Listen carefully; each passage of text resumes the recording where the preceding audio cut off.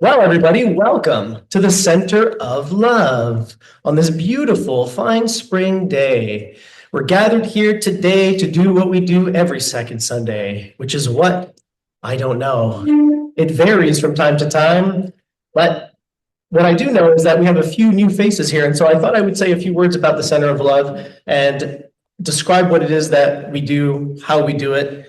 And the first thing that I would like to say is that we are the world's first non-profit, disorganized religion. When I say prophet, I'm not saying profit. I'm talking about like prophecies, right? Nobody is determining our future. We determine our future ourselves, which is always lovely to know. We also believe in the sanctity of the individual, which means that if you were to join an organized religion, you would probably be asked to conform to their beliefs. Perhaps you'd be asked to adopt a book as your sacred scripture. And that's great for some people, but if you're here today, I'm going to assume that that's not for you. And so what we like to do here is we like to honor the individual, and we like to preserve whatever it is that you feel in your heart to be true without asking you to compromise or sacrifice. However, because we are a community, we do need something to tie us together, some kind of agreement. And so you will be happy to know that we have such a thing. We actually have 3 agreements.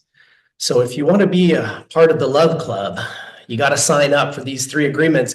We tried to make it really easy, and we tried to make it really universal so that no matter what your beliefs are, you can probably fit into these 3 agreements. Now I say 3, but actually it's probably more like 2 if we really want to get granular. But here are the 3 agreements. Oh, well, if you're Don Miguel Ruiz, there are 4 agreements. Oh, okay, well, you can have 10 agreements. As long as 3 of them are these agreements, then you're in.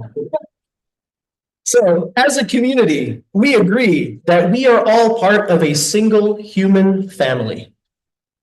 How does everyone feel about that one? Good? That's good, cuz. Because the second agreement is that everything in the universe is connected. So those first 2 are kind of the same, right? One human family, everything's connected. It's all one, essentially. That's the gist of it. And the last agreement is that love is the connective tissue or the power that binds us all together. I see nodding. You're all in, folks. That's it. If you're new here and you're like, yep. That's all it takes. And so from these 3 agreements, we also derived a few commitments, things that we commit to doing as a community, as individuals within the community and outside of the community. And the first one of these commitments is that we commit to lead with love and to allow love to be the motive behind our thoughts and our actions. We also commit to honor and respect individual differences while remembering that which unites us. We commit to sharing our gifts with each other and the world. We commit to cultivating healing, personal growth, and wholeness.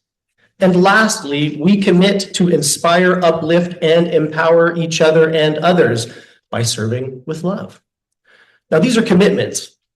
I don't know about you, but sometimes I slip up and I don't actually make do on these 5 promises. But the goal is that this is your target. This is what you're aiming to do in your life.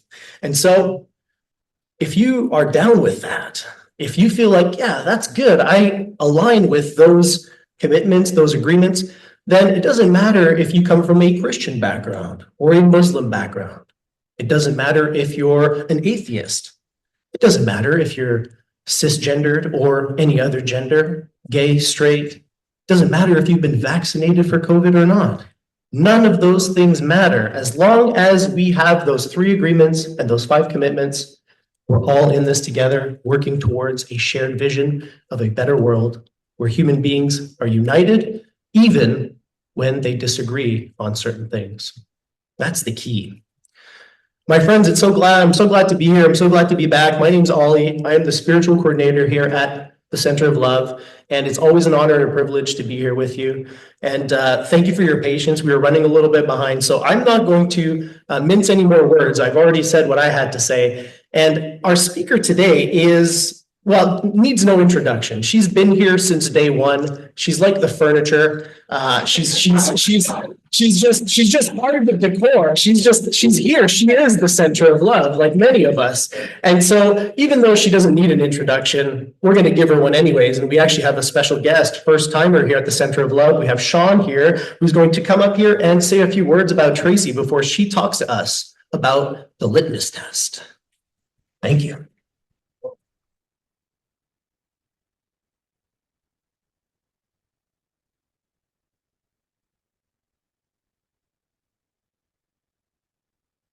Hey, everybody. Thank you. Also, I'm at the right place. Yeah.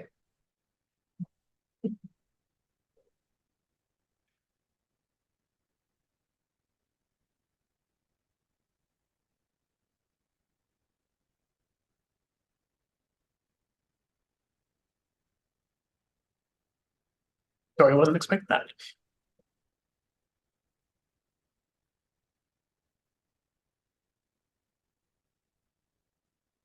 It's a neat room, neat group.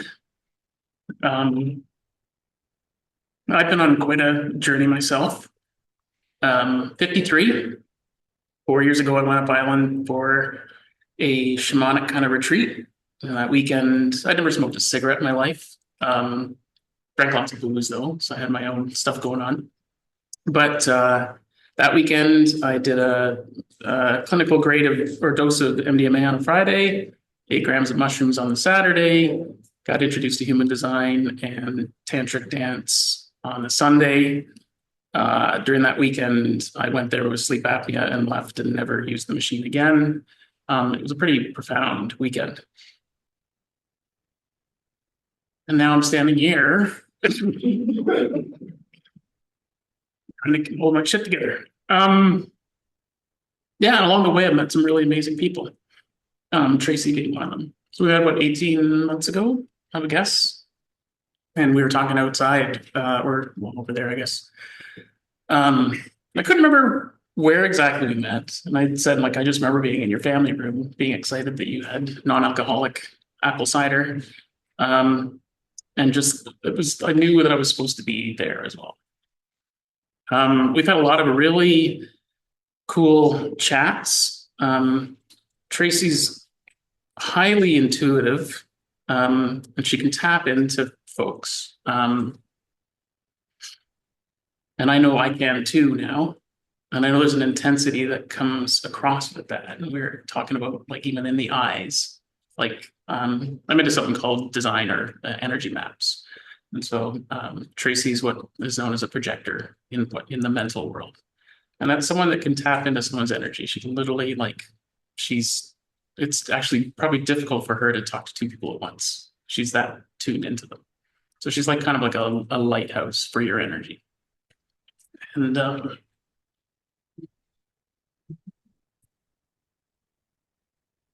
yeah, we've talked about how she's healed herself from, oh my God, pancreatic cancer, right? And it's so interesting where you don't necessarily feel like you can say things like that. People won't receive that or hear that. That's outrageous. Who could do that? And I was talking to a friend earlier this morning about why that might be. And I think it's because if you've lost someone to a disease like that, it's hard to fathom the fact that they could have stayed. So then we don't accept that information.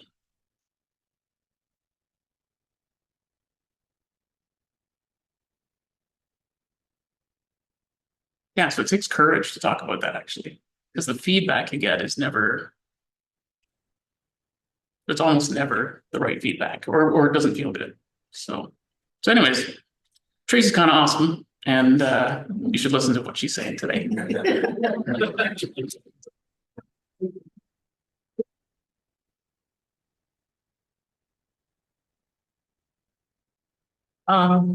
Thank you, Sean, for that. Thank you, everyone, for showing up today.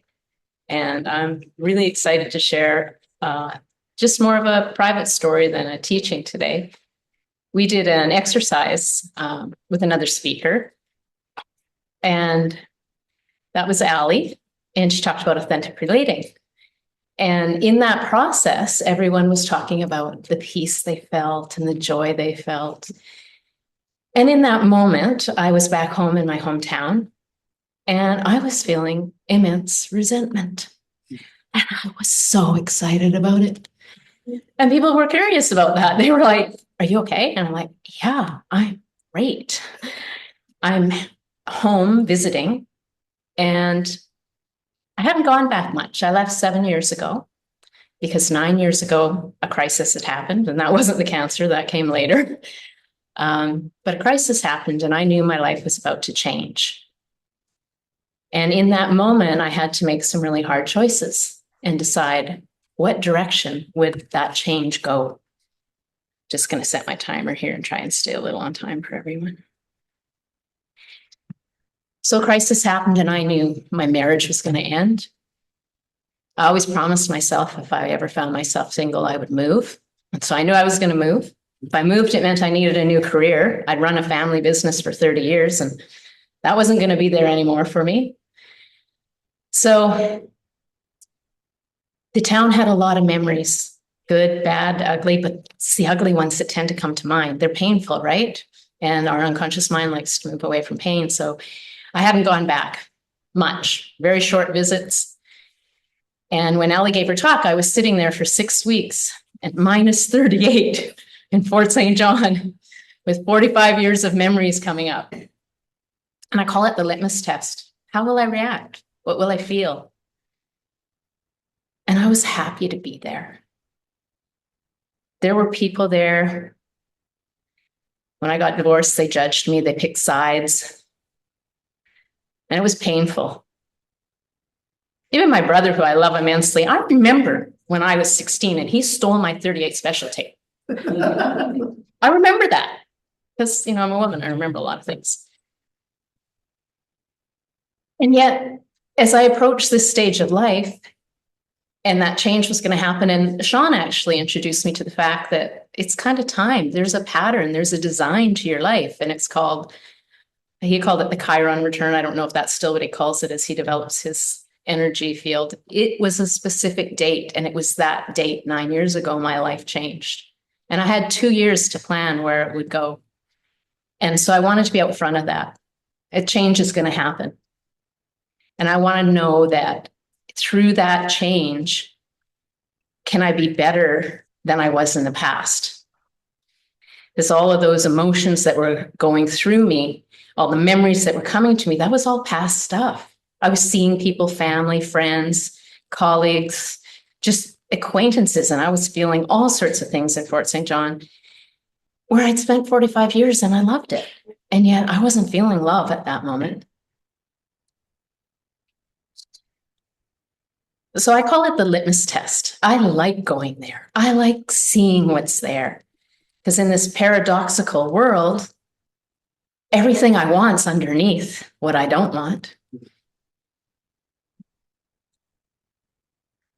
So the litmus, the meaning of litmus, when I looked it up, because for some reason I chose to call it the litmus test, the definitions that came up was, one, litmus is a lichen that turns color. In acid, it will turn red, and in alkaline, it'll turn blue. Okay. Sounds good. The litmus test is used to make a judgment about whether something is acceptable or not. Ooh, acceptable. Am I judging myself here? Am I acceptable? Yeah, I am. But I like to call it discerning. When I feel judged, I don't like that. So when I go back home and I see all these people, I want to see my reactions. I want to see, have I learned? Have I become greater than my environment? Have I changed my reactions? And rather than an acid test, I really like to call it an awareness and acceptance test. Can I be aware of this? Can I accept who I'm being in this moment with love? Or am I still angry and judging? Can I accept the others? I don't know. Can they accept me? Does that matter? I have so many questions. Anyways, we can only control how we think, feel, and act. You can't control the weather. You can't control others. None of this, but I can show up differently. So when I left 7 years ago, I planned that. I said, what's good for me? What's good for my husband that I'm leaving? Because even though I wasn't liking him a whole lot in the moment, I spent 30 years loving him and we had built things together. What's good for my kids, the whole family? You know, am I going to have to sacrifice or rather choose something that I don't want in the moment for something I do want down the road? Yeah. And what's going to be good for the community that I have around me, my friendships? Will I be able to return because I handled myself in grace that I wanted to, that I showed up greater than my environment and as the creator of my environment? So I thought long and deep about those things back then, and I decided I'm going to do this. I'm going to plan. And it wasn't easy. And I asked for tons of guidance in that. I sat with myself, argued with myself. And then I left. Everything resolved. I left, got divorced, changed careers, studied a whole lot because it takes a lot to change. It takes a lot you need to learn from others and mentors and people that go before you.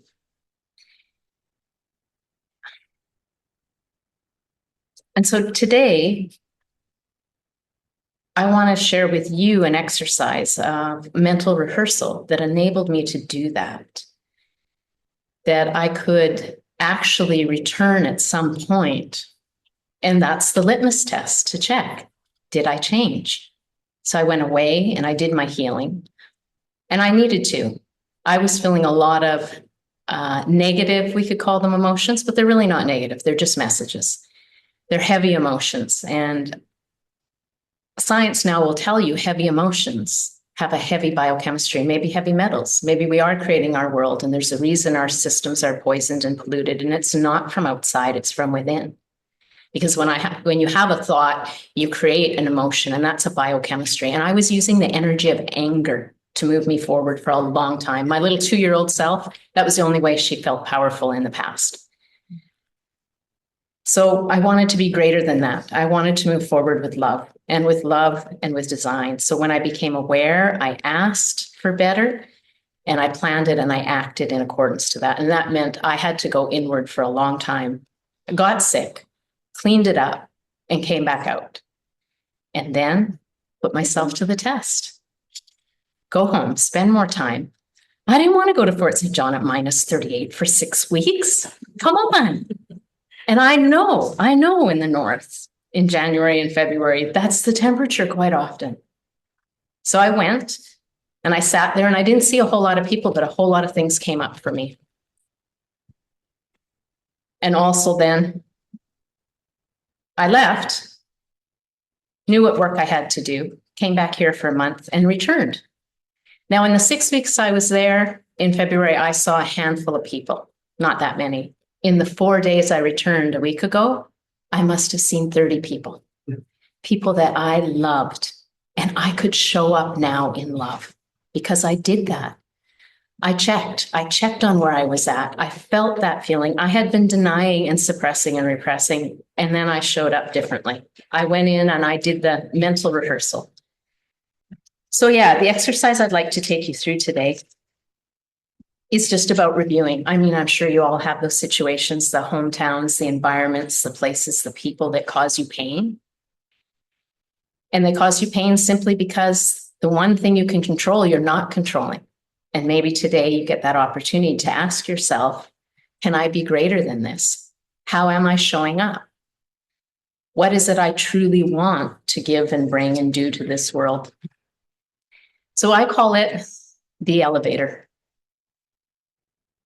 And if we could play the music and go into meditation now. I'm just going to lead you a little bit, but if you could think of one situation, maybe it's your hometown and the people you see. Maybe it's your family you're not talking to right now and they're just around the corner. And just ask yourself, what do I really want? And that in itself is the most loving thing you can do,